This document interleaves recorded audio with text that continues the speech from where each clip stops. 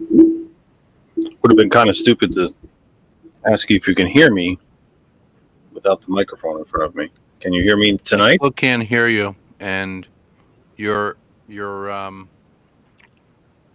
you're kind of herky jerky. I think it might be on your end, but uh, can you try to unplug the board and then plug it back into the computer with the USB? That's all I can think of doing. You're the only one that's having the problem.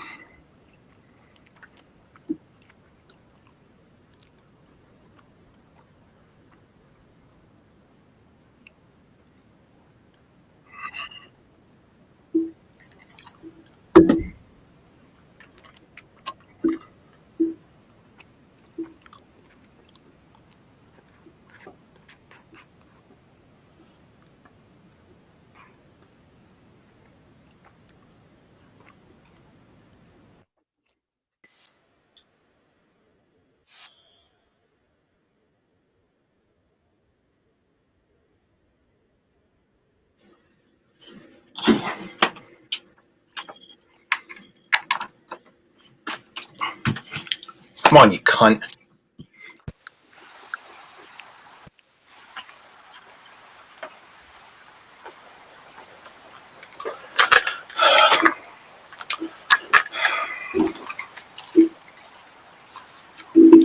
I still can't hear any background noise. Then it might not be me. Yeah, I can't hear you. You freeze up every so often for like 2 seconds or 3 seconds, and then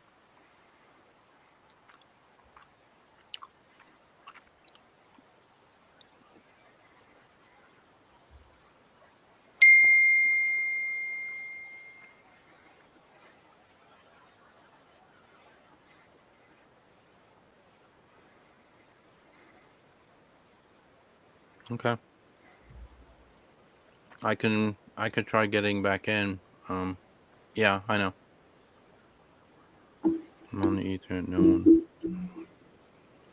There's the problem. Yeah, I know. Okay, it's probably me then. I don't know what it is. Okay.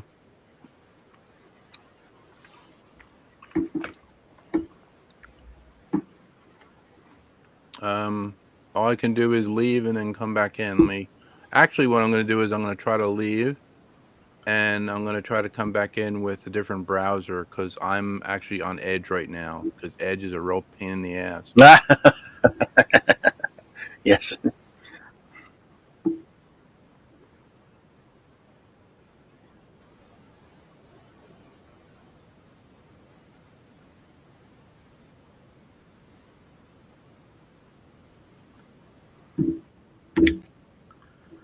Okay.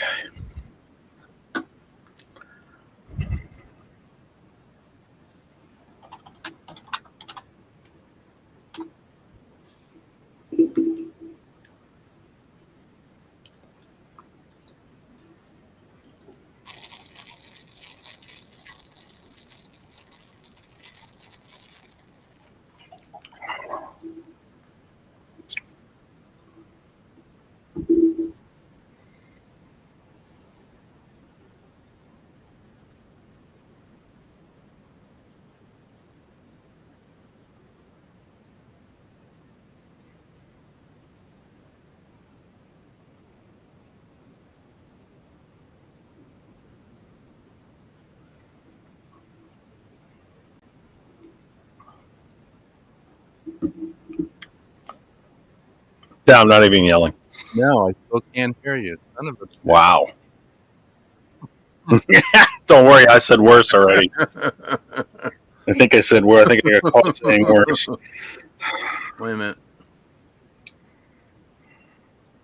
What the hell is going on here? I am on a different browser. I'm on actually Google Chrome, which came up very, very quickly. So, okay. I guess it's me then. Are you I have to figure serious? out something. I'm gonna go dark for a You. while, and then I'll hopefully I'll hopefully get back in.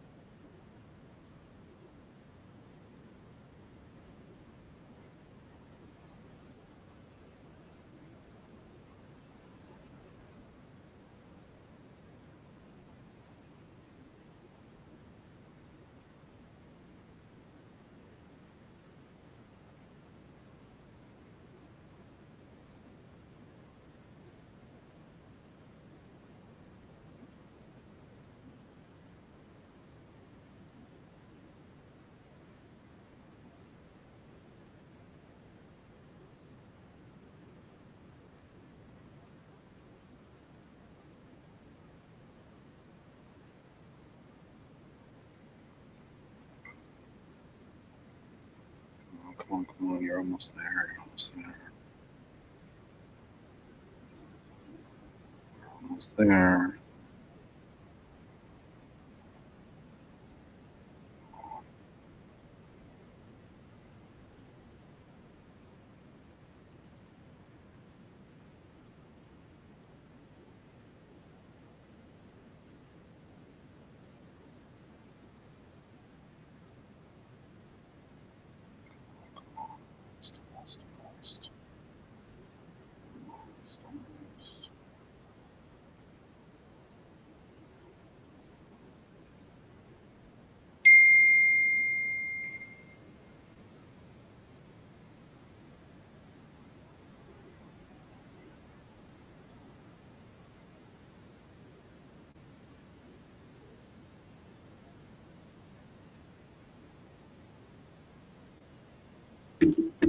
Oh, goodness. What do you say we start?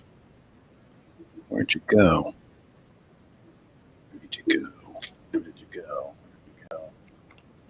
There's that.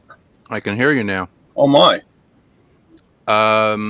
It was the microphone. The microphone also has a headphone jack in it. Oh. So you can plug your headphone in there if you want to do that. And that's what was activated on my end. So Okay, here we go. Let's go.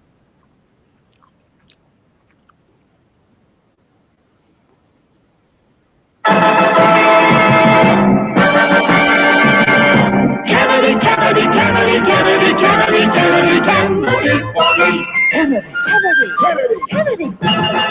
Do you want a man for president who's seasoned through and through, but not so doggone seasoned that he won't try something new? A man who's old enough to know and young enough to do. Well, it's up to you, It's strictly up to you. But it's Kennedy.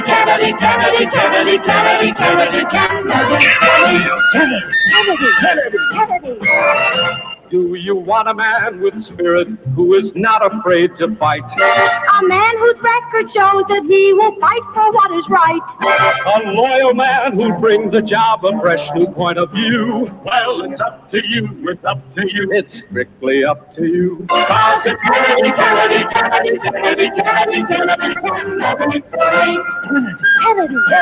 Kennedy. And do you deny to any man the right he's guaranteed to be elected president, no matter what his creed? It's promised in the Bill of Rights, to which we must be true. So it's up to you. It's strictly up to you. And it's Kennedy.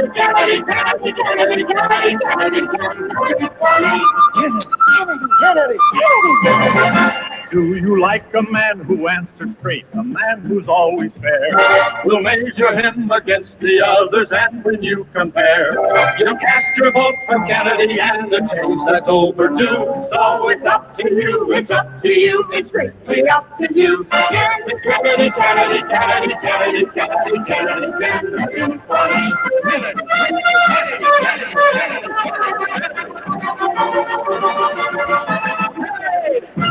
Welcome from my humble second bedroom here in the Saucon Valley, part of the Lehigh Valley and the Commonwealth of Pennsylvania, part of these United States, North American continent, Western Hemisphere, on this planet Earth, the only one we have third rock from the sun in the Terran solar system, part of the Milky Way galaxy.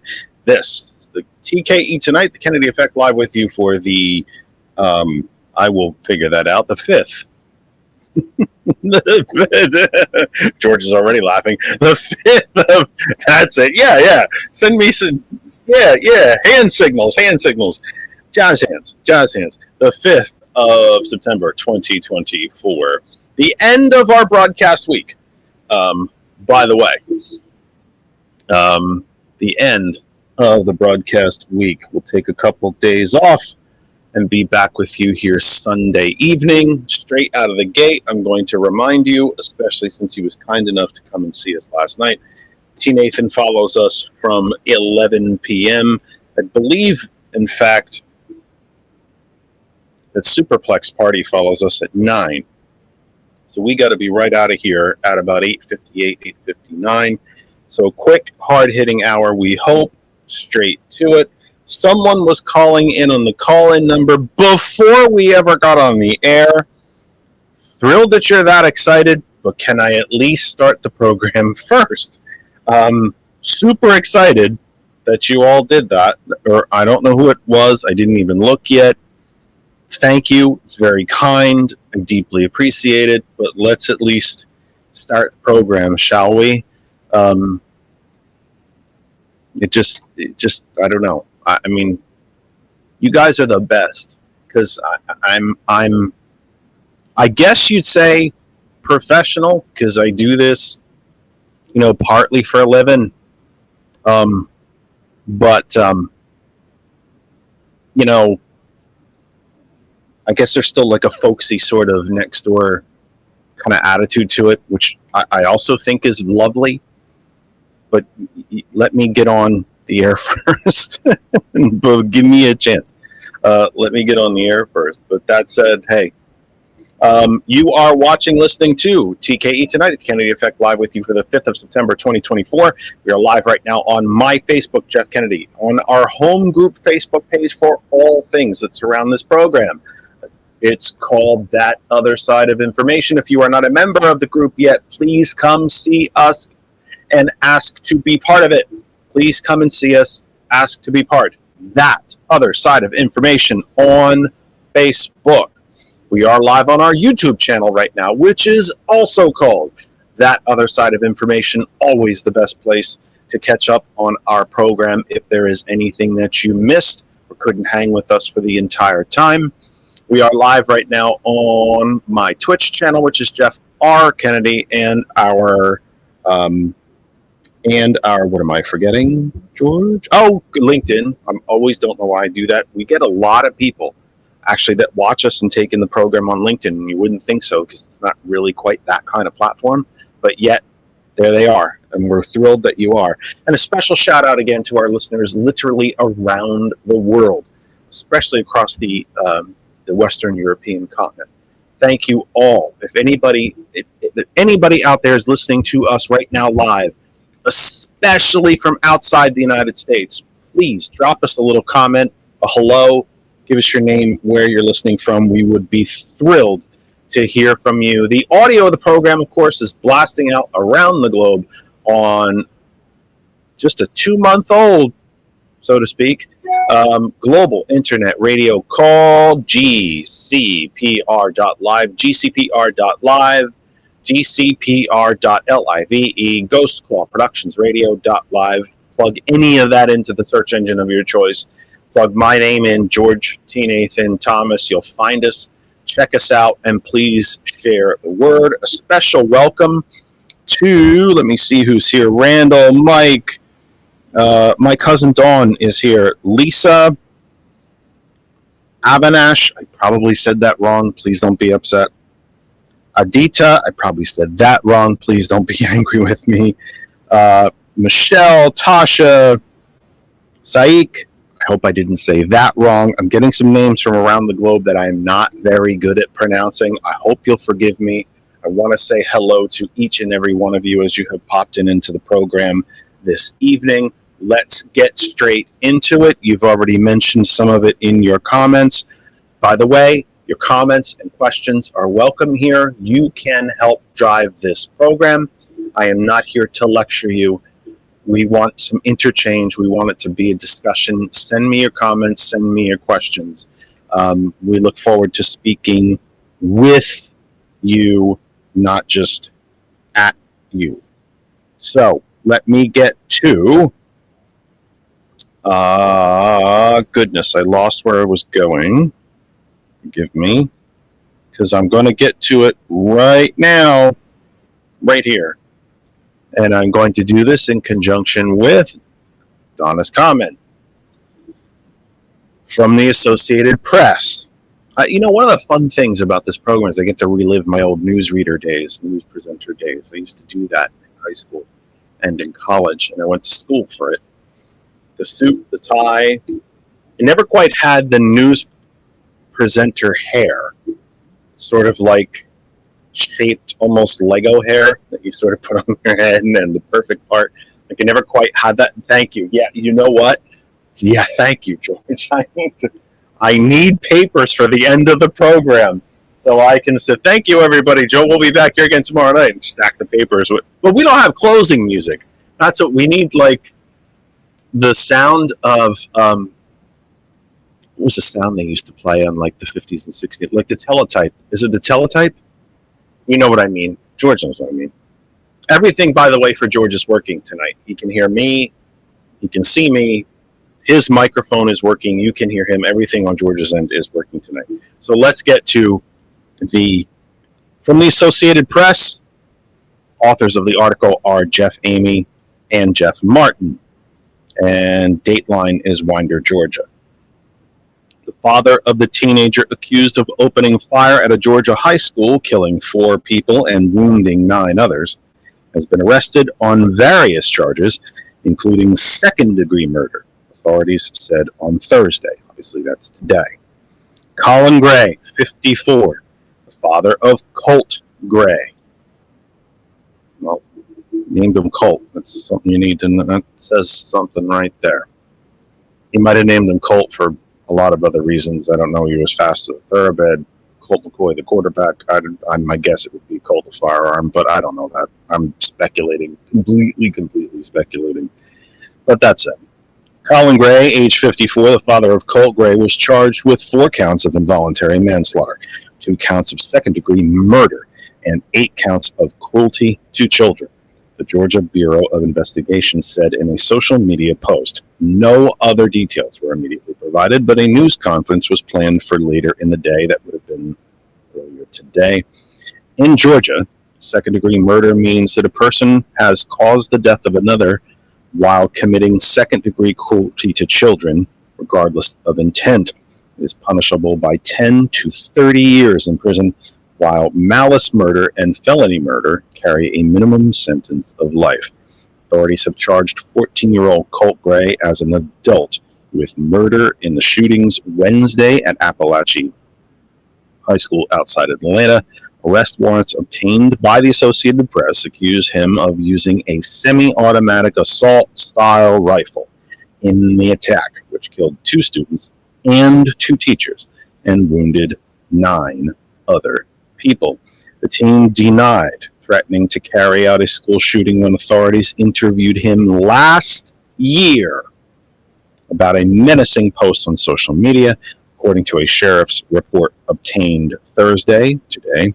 Conflicting evidence on the post's origin left investigators unable to arrest anyone, the report said. Jackson County Sheriff Janice Mangum, if I'm saying that correct, with all respect to the sheriff, said she reviewed the report from May 2023 and found nothing that would have justified bringing charges at that time.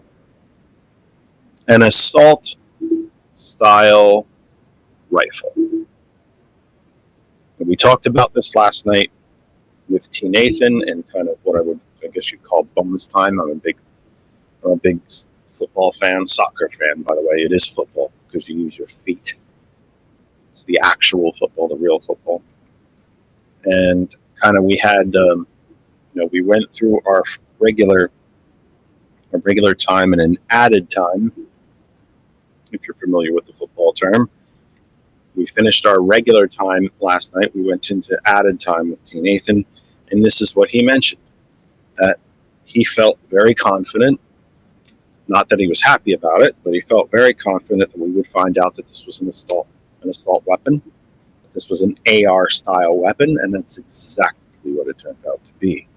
And it also turns out that this young man appears to have been considering this for at least a year or more. And whatever drove him to this or was driving him to this seems to have been either overlooked or not menacing enough, I guess.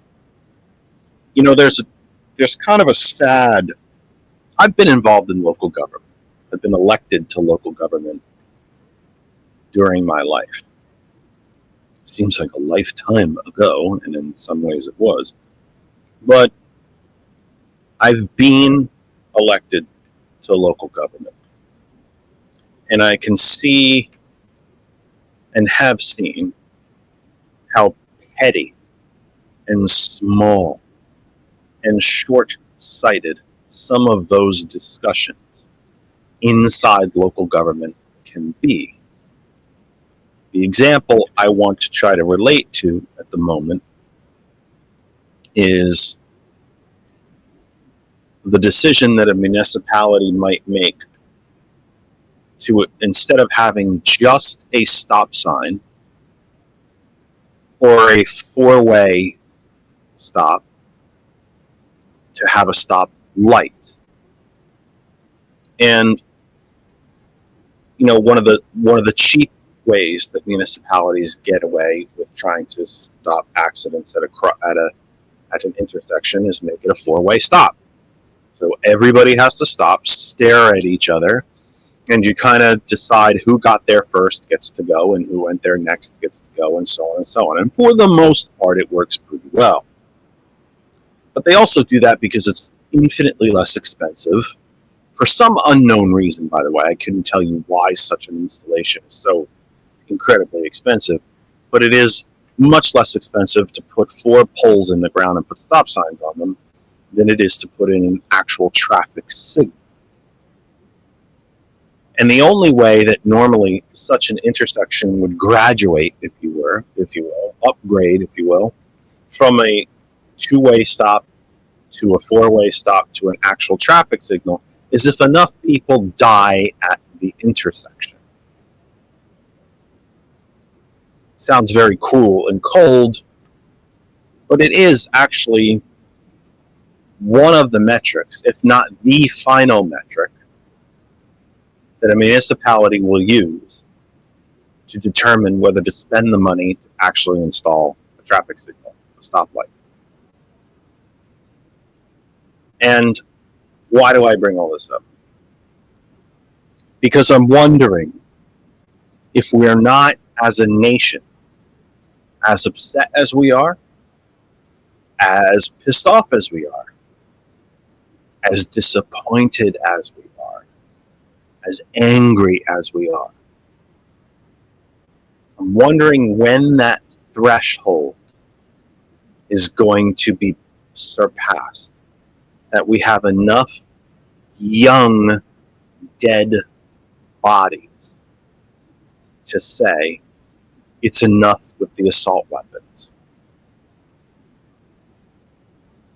Remember what we talked about last night with T. Nathan and Added Extra Time? All of the solutions, quote unquote solutions, and I use air quotes if you're listening on the radio, air quotes there, all of the so-called solutions from the weapons advocacy and weapons manufacturing side of things is always more and more and more. Oh, you want to stop school shootings? Well, let's put in metal detectors. Well, the industry that makes metal detectors gets to make a lot of money. Let's arm teachers. The gun manufacturers get to sell more weapons. Let's put more quote-unquote resource officers, which are normally retired military or retired police themselves, armed in the schools. This school had 11 of them. Again, we get to sell uniforms, we get to sell more weapons, we get to sell bulletproof vests, we get to scare the ever-living shit out of our kids as a paramilitary force overtakes the schools. From that side, their quote-unquote solutions are always more and more and more and more. We know the end of the story. More weapons does not lead to less violence.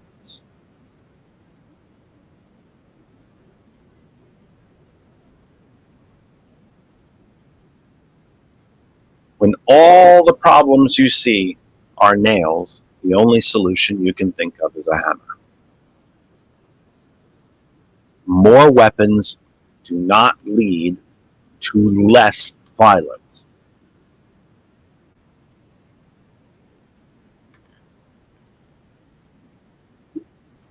To be honest with you, I am very surprised.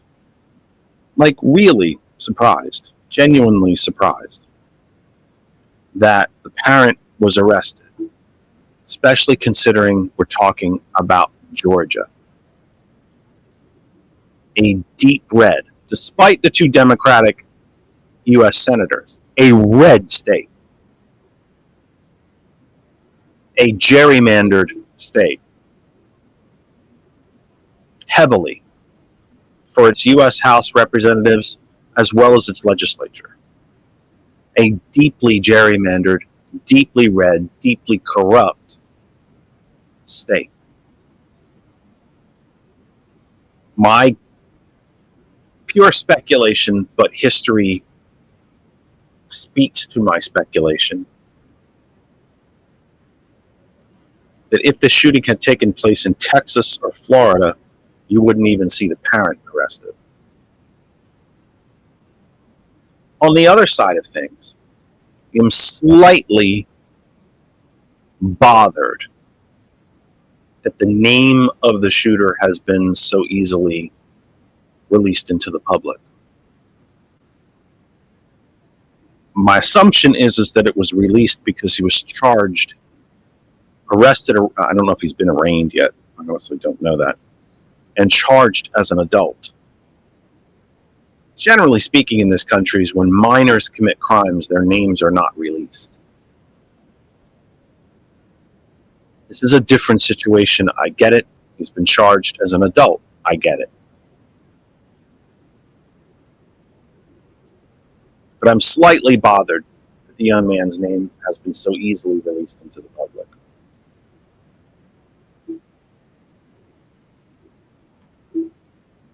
And what a shocker. It was a male. And I don't know the racial heritage of the young man, but I know I can guess.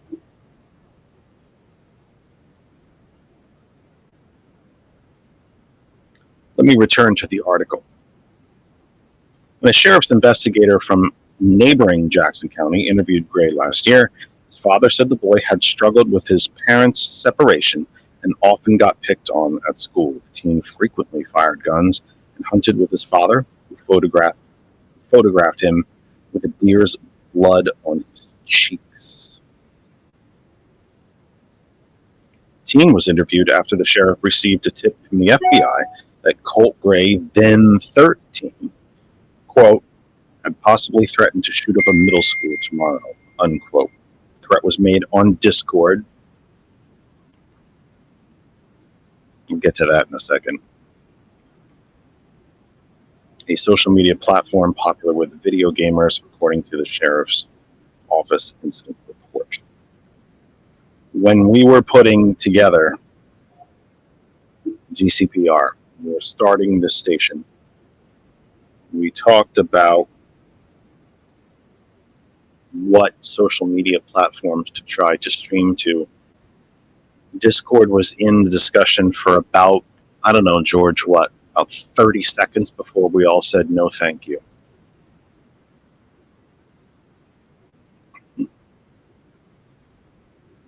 Classes were canceled Thursday at the Georgia school, though some people came to leave flowers around the flagpole and kneel in the grass with heads bowed.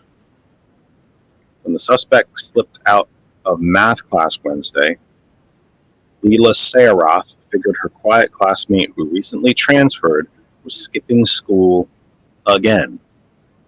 But he returned later and wanted back into the room. Some students went to open the locked door, but instead backed away. Quote, I'm guessing they saw something, but for some reason, they didn't open the door, she said. The teen then opened fire in the hallway, authorities said. 2 school resource officers confronted the shooter within minutes after the gunshots were reported. The teen immediately surrendered. Gray was being held Thursday at a regional Youth Detention Facility. His first court appearance is scheduled for tomorrow morning.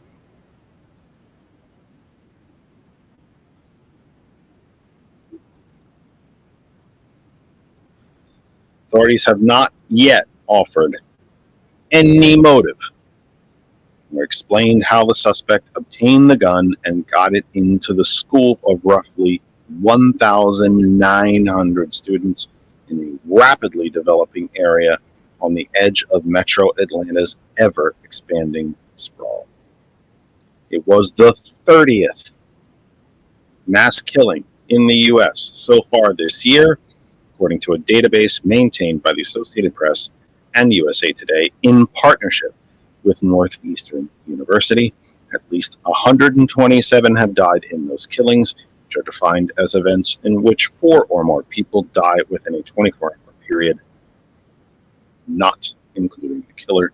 Same definition is used by the FBI. So, yeah, this story's going to continue. I told you it'll continue for a while, but it will.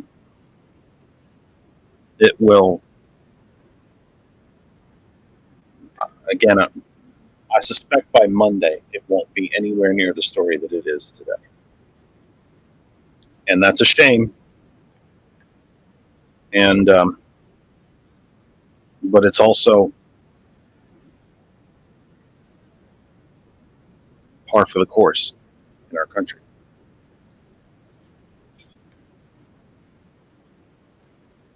It's a story until it's not. Just don't know what else to say about it.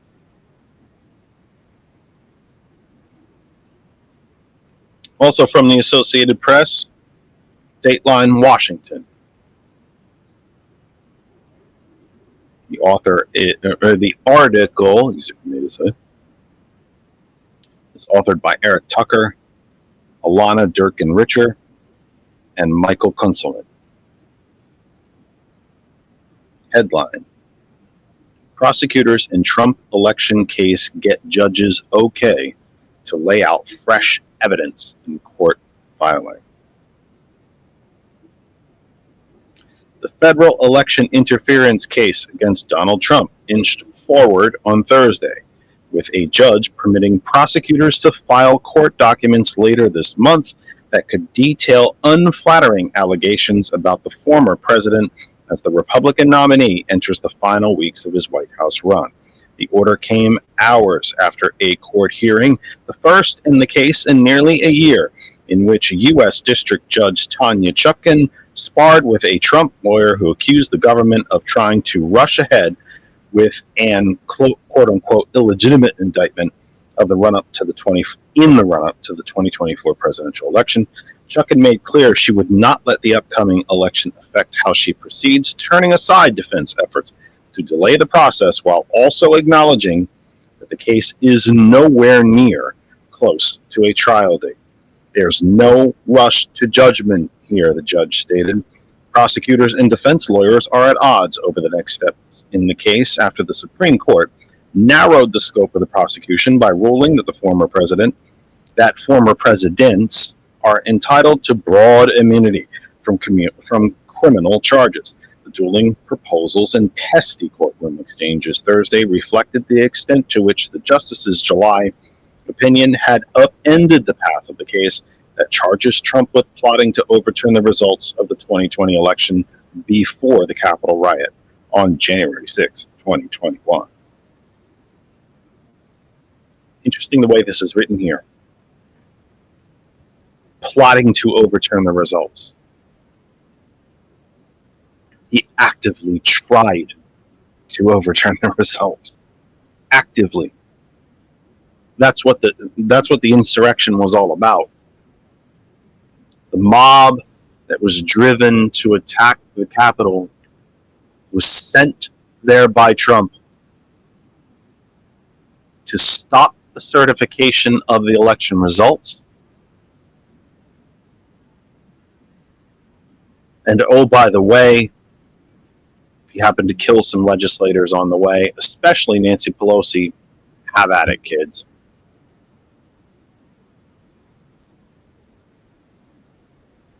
This is the time, or this would be one of those times, that not being a lawyer probably means that I'm missing something.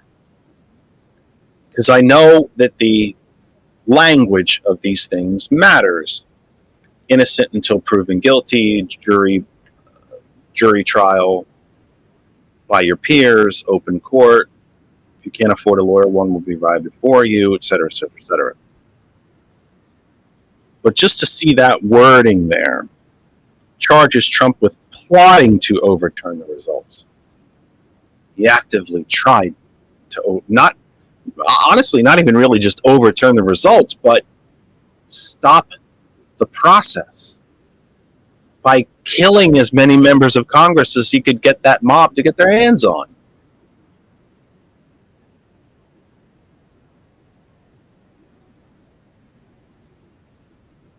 The election notwithstanding, I'm thrilled that this case is going to proceed. The real travesty of justice here is that it's taken nearly 4 years just to get to this point.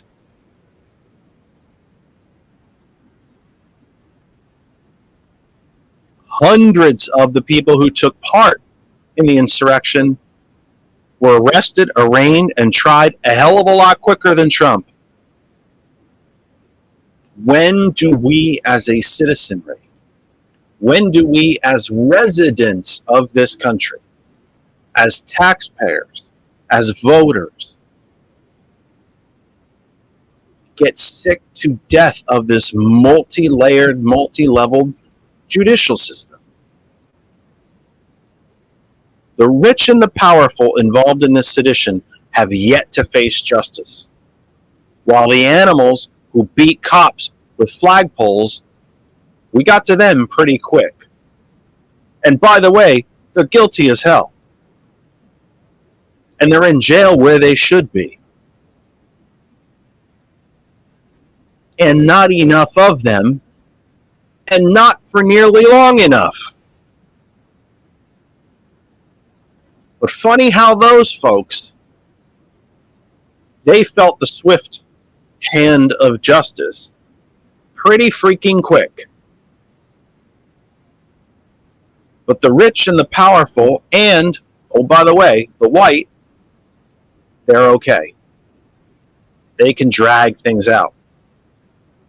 They get a corporate-owned Supreme Court majority to give them immunity. Justice, the newest Supreme Court Justice, Ketanji Brown Jackson, nominated by President Biden, gave an interview to CBS, I think it was almost 2 weeks ago now. She was asked about her written dissent in the immunity case. And she states in her, and I'm paraphrasing, I'm not going to get the quote right, I never get the quotes right. She states in her written dissent that this immunity decision was not really for former presidents, plural. That the justification for it, made up out of whole cloth, with no basis in law, no basis in the Constitution, was for one man. And she stops short of saying that this decision was bought, paid for, ordered by the people that own the majority on the Supreme Court. She dances right up to the edge of it. And I happen to think she's correct.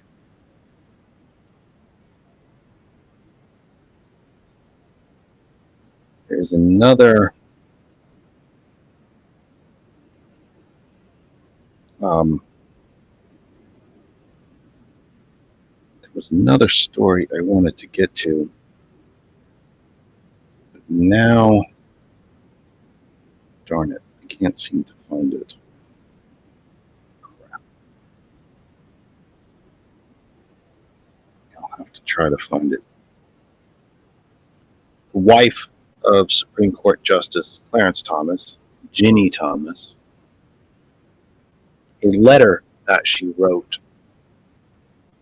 to to other members of the Supreme Court and the groups and legislators, and I use that word loosely considering some of the people that we're talking about.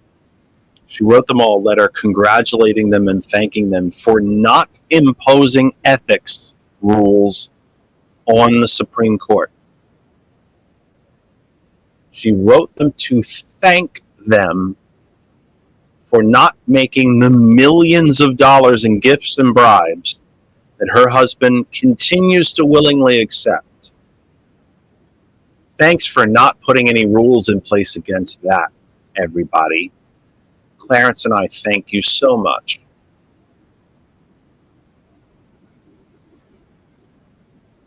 We talk a lot about history on this program.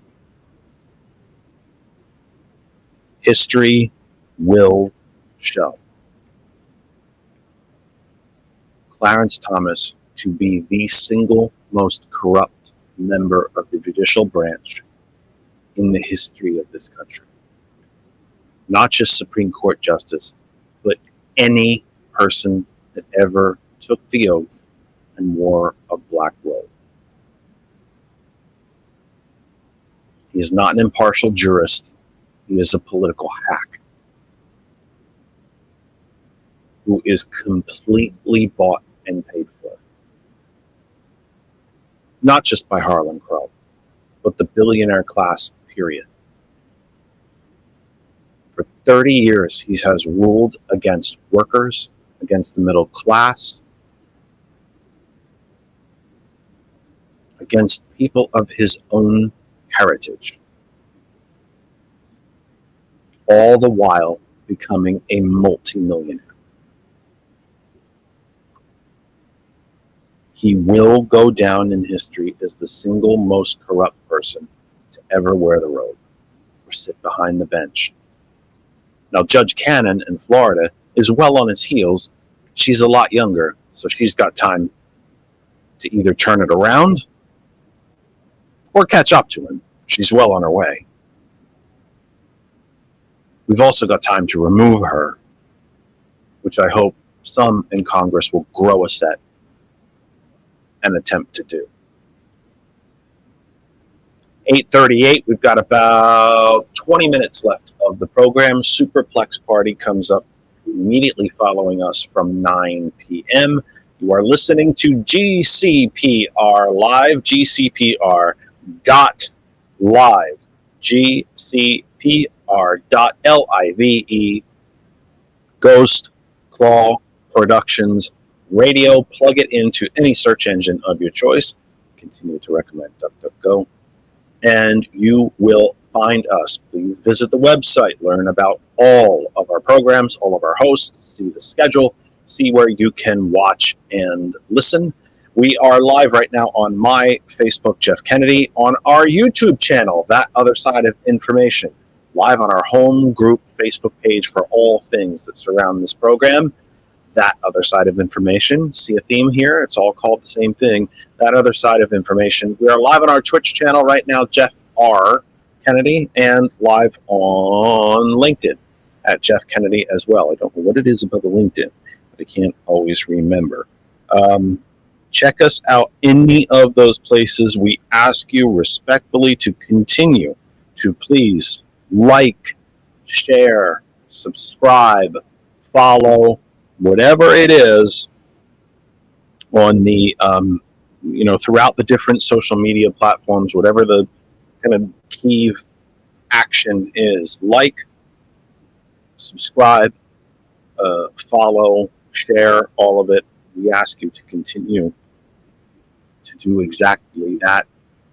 It will help us grow, and we hope that you will do exactly that. Dateline Washington, an article authored by Eric Tucker and David Klepper of the Associated Press. This one, I hope you're all sitting down for, because I think you're going to be just shocked. Not so much. The Justice Department has charged a Russian-born U.S. citizen and former advisor to Donald Trump's 2016 presidential campaign with working for a sanctioned Russian state television network and laundering the money that he was paid.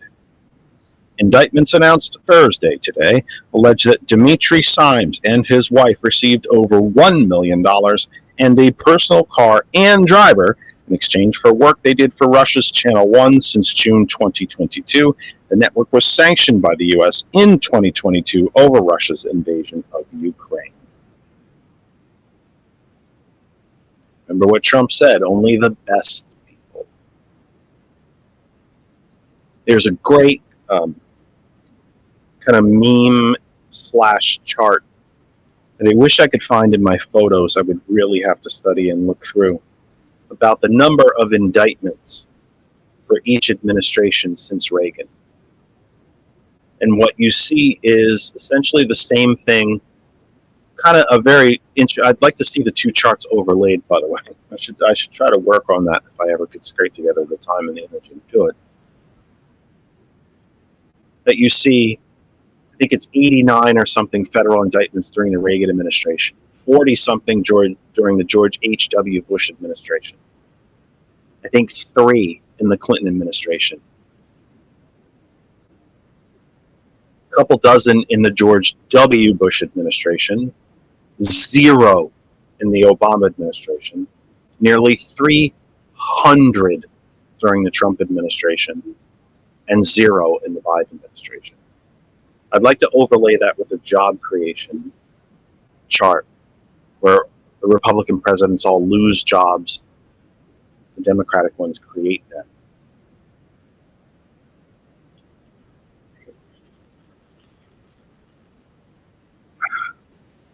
I am absolutely parched tonight. And I wish I could find...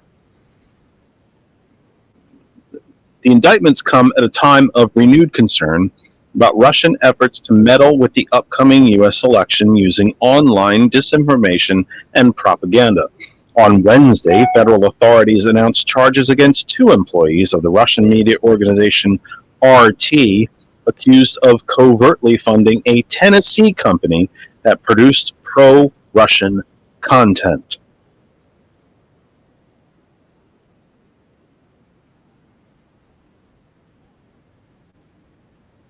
Simes and the Washington think tank he led, the Center for the National Interest, that's vague, isn't it?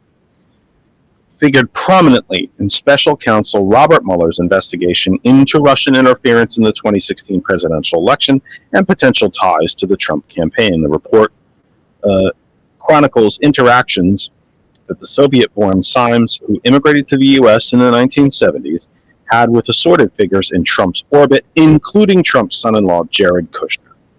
Before one such meeting, according to the Mueller report, Simes sent Kushner a letter detailing potential talking points for Trump about Russia and also passed along derogatory information about Bill Clinton that was then forwarded to other representatives of the campaign.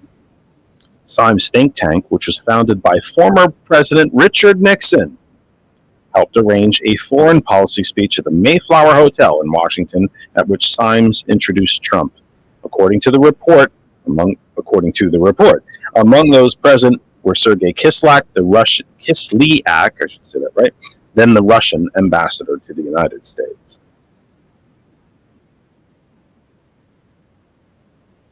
In this internet era, and especially the social media era,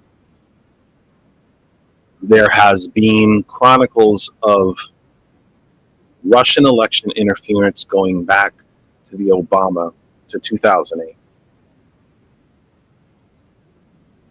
The question is not any longer whether the Russians have interfered in American politics. Perhaps the better question is, once they started, did they ever stop? And the indication would be, no, they did not. And this is, again, one of those things. All of the Democratic candidates for office that I have been honored to associate myself with, to campaign with, campaign for, advise with, consult for, teach, try to build.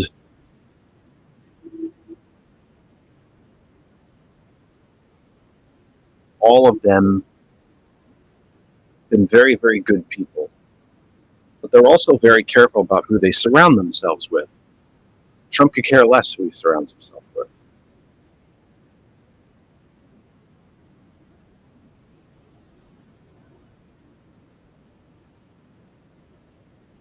There has been Russian interference in this country and in our elections since really social media began to become,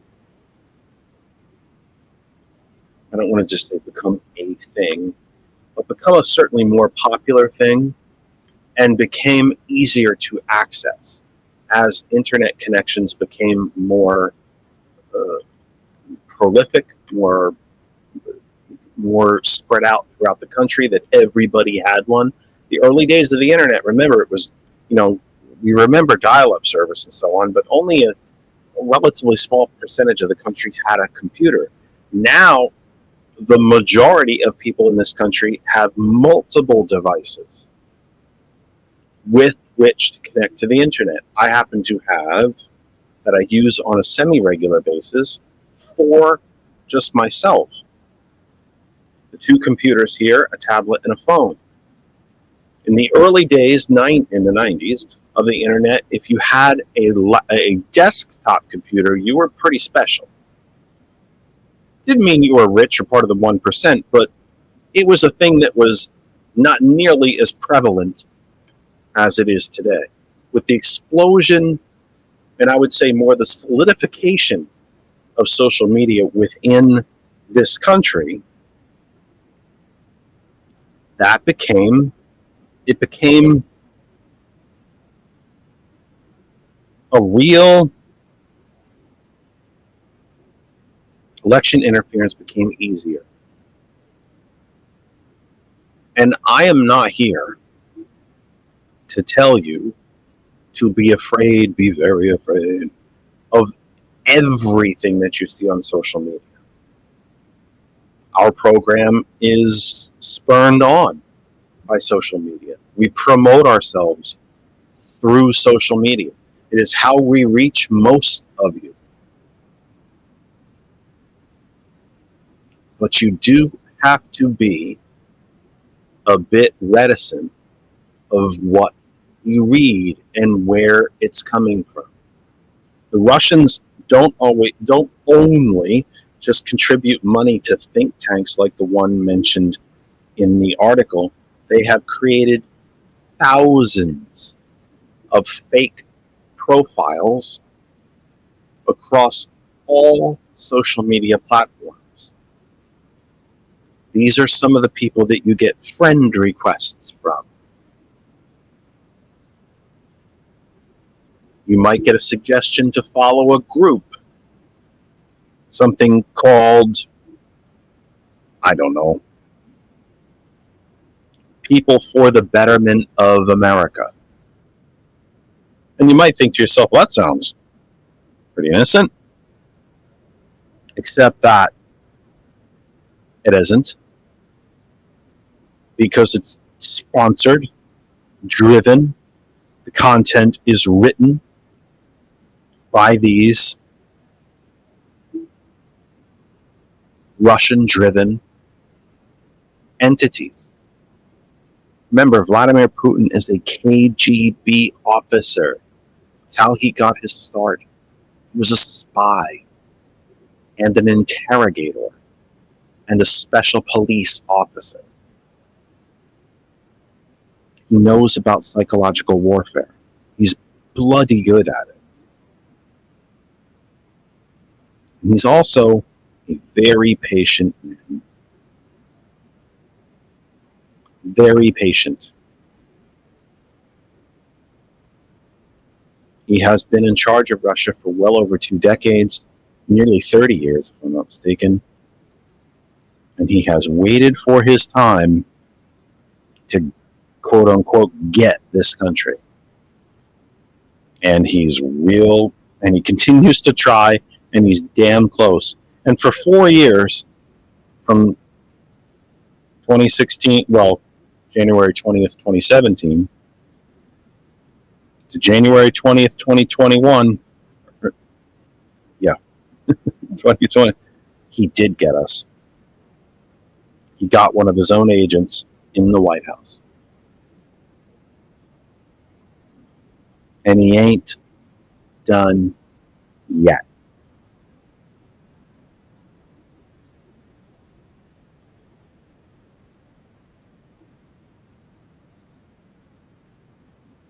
And what do you think?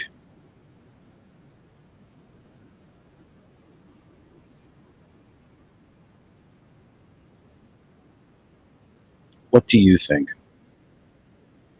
What do you think of all of this? We want to know what you think. It's not just about me. What do you think as well?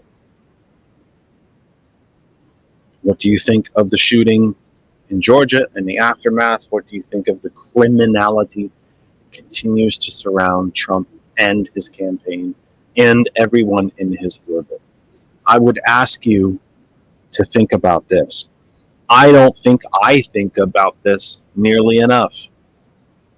And when I find myself dragged into not arguments, because I try not to I try to keep it from getting angry. When I find myself drugged into discussion with the MAGA cultists, and some of it I do by myself because I can't shut up and I can't ignore it. The question I do not ask them enough is, everything that Trump has done, is currently doing, plans to do if reelected, if all of it is so righteous and holy and correct and best for our nation, why is it that his own family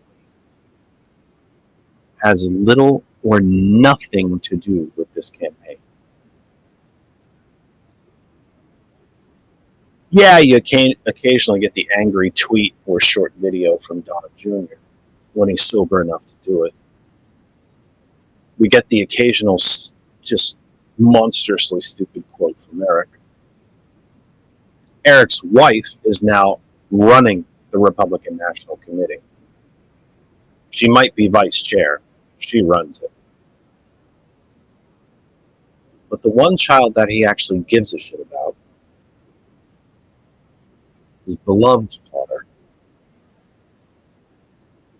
and his son-in-law, are literally nowhere to be found, and have been profoundly out of the public eye since the January 6th committee was doing its business. Everything that Donald Trump was doing was so correct, so right, so great for America. Why is his whole family staying away from it? I think it's a pretty interesting question. I'm not here to say that I have the answer, but I think it's a bloody important question. And it's a question that every Democratic candidate across the country should be asking the constituents in front of them. If he's so damn great, so damn right,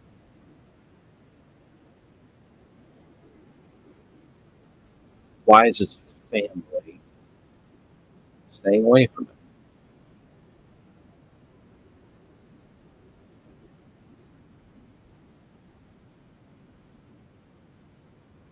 Oh, William, I'm so sorry. I'm so sorry. Tell me something. Give me a fact, William. They're easy. Use a search engine. It's not hard. Successful at what? Got a quote. Sorry, not a quote. Wrong word. Comment in from a gentleman who I'm thrilled is here. He obviously disagrees with me, which is great. It's good for America. Debate is a good thing. Discussion is a good thing. We'll just use his first name, William. Thrilled that you are here, William. No sarcasm, no, just truth. Very happy that you are here and gave us a try. Don't know if you'll continue to listen, but I am certainly thrilled that you're here tonight. William is trying to tell me that all of Trump's troubles are caused by D.C. lawyers, specifically Democratic D.C. lawyers, although he names a series of presidents, and that Trump was very successful. Successful at what? An $8.4 trillion tax cut for the top 1% and the largest corporations. How can I forget the corporations? Yep, he's real good at that. Good at permanently losing over 600 children. Did bloody well at that, didn't he? But that's all right. You're welcome to feel that way. You're wrong. And I'll continue to try to tell you that you're wrong. I'll continue to try to convince you differently. Not because I said it, and not because I'm smarter, not because I'm better than you. I'm none of those things. But facts are facts. Water is wet. Grass is green. Sky is blue. But I'm thrilled that you're here. I hope you continue to be here. I hope you continue to comment and challenge me. It's good for the country. It's good for us as human beings to engage and talk with each other. I respect you tremendously for being here. I appreciate you for being here. Your statement is complete shite. And I'll continue to keep saying it. But you don't have to agree with me. This is America. The important thing is that we're talking to each other. And that I'm very glad that you tuned us in tonight. And I invite you very, very sincerely invite you to continue to please check us out. 8:58, we need to wrap up. Superplex Party comes on in just a couple of minutes. Let me also say, let me give you what's coming up. We will not be with you tomorrow night or at any point on Saturday as it stands. We take a little break from everything. Our plan is to return to you on Sunday evening, Sunday from 6 p.m. for our 3-hour program on GCPR and hot101.net and all the places where you normally find us. T. Nathan Superplex Party comes up immediately following us. Conversations with T. Nathan at 11 p.m. Thomas returns in the morning at 8 a.m. That's your next, 24 hours or so schedule on GCPR. For everybody at GCPR.live, GCPR.live, that's Thomas, Gilbert, Gambit, Bob Kosh, Gretchen, I forget, Solid Blue Sister, T. Nathan, Brett, Ben, I hope I didn't forget anybody. For everybody at GCPR, for everybody surrounding this program, Lynn and George, April Riddick, Kristen, Daisy the dog, I'm Jeff Kennedy. We've done about all the damage we can do for one night. Superplex Party, actually take care of yourselves and each other. We will see you again, George and I, on Sunday. Please take care of yourselves and each other. Superplex Party starts right now.